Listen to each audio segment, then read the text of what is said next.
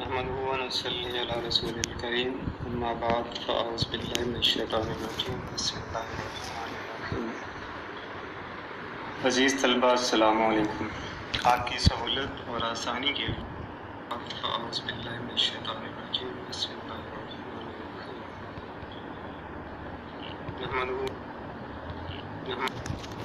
نحمده ونصلي على رسول الكريم اما بعد فاعوذ بالله من الشیطان الرجیم بسم اللہ الرحمن الرحیم۔ عزیز طلبہ السلام علیکم۔ آپ کی سہولت اور آسانی کے لیے اس چینل کا آغاز کیا گیا ہے۔ اس میں آپ کو کیمسٹری کے متعلق آسان اور سادہ زبان میں سمجھایا جائے گا۔ ہمارا پہلا سبق ہے کیمسٹری کی تعریف اور اس کی شاخیں۔ Chemistry is the branch of science which deals with structure, composition, properties and reactions of matter. یہاں 4 باتیں بتائی گئی ہیں۔ پہلی اسٹرکچر یعنی ساخت یا بناوٹ، یعنی کوئی چیز دیکھنے میں کیسی نظر آتی ہے، مثلاً چینی کا دانہ کیسا ہوتا ہے۔ دوسری بات کمپوزیشن یعنی اس کو بنانے میں کون سی چیزیں شامل ہیں، جیسے کہ چینی کی بناوٹ میں کاربن، ہائیڈروجن اور آکسیجن شامل ہیں۔ تیسری بات پراپرٹیز یعنی خصوصیات، چینی میٹھی ہے، آسانی سے ٹوٹ جاتی ہے، گرم کرنے پر پگھل جاتی ہے، یہ سب پراپرٹیز ہیں۔ آخری بات ریئیکشن، اگر اسے تیزاب میں ڈالا جائے یا جلایا جائے تو یہ کالی ہو جاتی ہے اور واپس پہلی حالت میں نہیں آتی، یہ ریئیکشن یا تعامل ہے۔ اب آتے ہیں برانچز کی طرف۔ کیمسٹری کی پہلی برانچ ہے physical chemistry. It deals with composition and properties of matter and change in them. اس کا مطلب یہ ہوا کہ اس برانچ میں ہم 2 چیزیں دیکھتے ہیں، کمپوزیشن، جیسے پہلے ذکر کیا کہ چینی کی کمپوزیشن میں کاربن، ہائیڈروجن اور آکسیجن شامل ہیں، اور دوسری خصوصیات جیسے رنگ، بو، ذائقہ وغیرہ، اور یہ کہ میٹر کی کمپوزیشن اور پراپرٹیز تبدیل کیسے ہوتی ہیں۔ اس کے بعد دوسری برانچ دیکھتے ہیں، یہ ہے organic chemistry. It is the study of hydrocarbon and their derivatives. اس میں ہم ہائیڈرو کاربن کو اسٹڈی کرتے ہیں، یعنی وہ کمپاؤنڈ جو ہائیڈروجن اور کاربن پر مشتمل ہوتے ہیں، اور ان سے جو مزید کمپاؤنڈ بنتے ہیں وہ بھی اس میں اسٹڈی کیے جاتے ہیں۔ مثلاً چینی ایک آرگینک کمپاؤنڈ ہے، عام طور پر جانوروں اور پودوں سے یہ کمپاؤنڈ حاصل کیے جاتے ہیں، لیکن انہیں لیبارٹری میں بھی بنایا جا سکتا ہے۔ تیسری برانچ ہے inorganic chemistry. It deals with study of all elements and compounds except organic compound.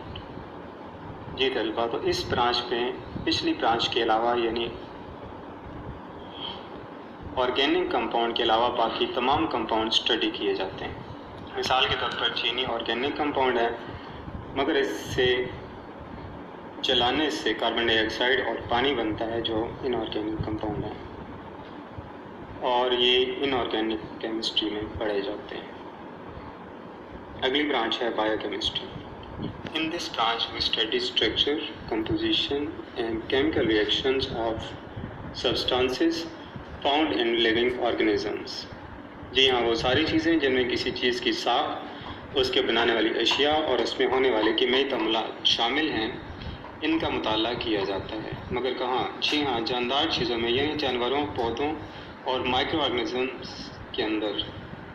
یہ کس چیز کے بنے ہیں، ان کے جسموں میں کیا تعاملات ہو رہے ہیں، مثلاً چینی کھائی جائے تو گلوکوز میں تبدیل ہو جاتی ہے، پھر اس سے توانائی حاصل ہوتی ہے۔ یہ تمام ریئیکشنز زندہ چیزوں میں ہوتے ہیں اور ان کا مطالعہ بایو کیمسٹری میں کرتے ہیں۔ 5ویں نمبر پر آتی ہے industrial chemistry.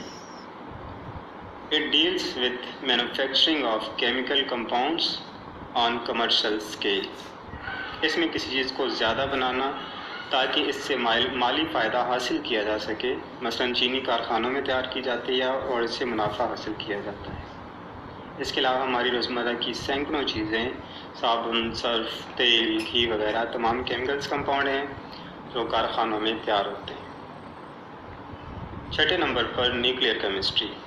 It deals with radioactivity, nuclear processes and properties. جی دوستوں، کیمسٹری کی اس برانچ میں تابکاری یعنی ایٹم سے مختلف شعاؤں کا اخراج. آپ نے دیکھا ہوگا کچھ چیزیں اندھیرے میں بھی چمکتی ہیں، اس کی وجہ تابکاری یعنی ریڈیو ایکٹیویٹی ہوتی ہے.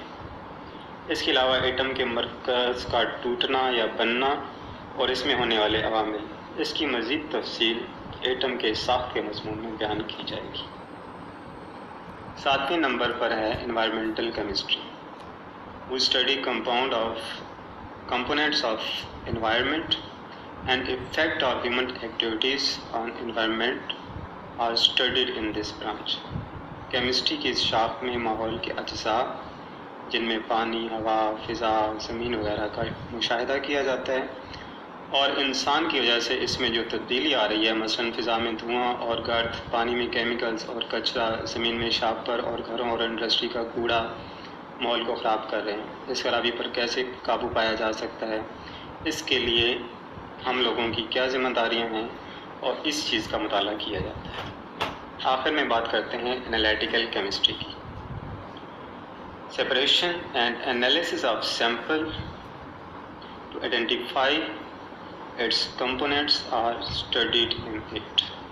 جی ہاں، دو یا زیادہ چیزوں کو الگ کرنا، مثلاً چینی اگر پانی میں مکس ہو تو پانی کو گرم کر کے اڑایا جا سکتا ہے، اس طرح چینی الگ ہو جائے گی.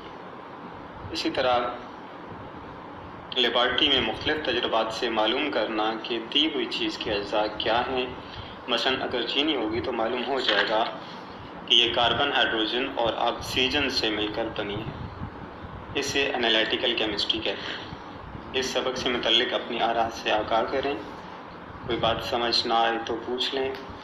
اس کو بہتر بنانے کے لیے رہنمائی کریں. یاد رکھیں، درود شریف کثرت سے پڑھنا ہے. دعاؤں میں یاد رکھیں.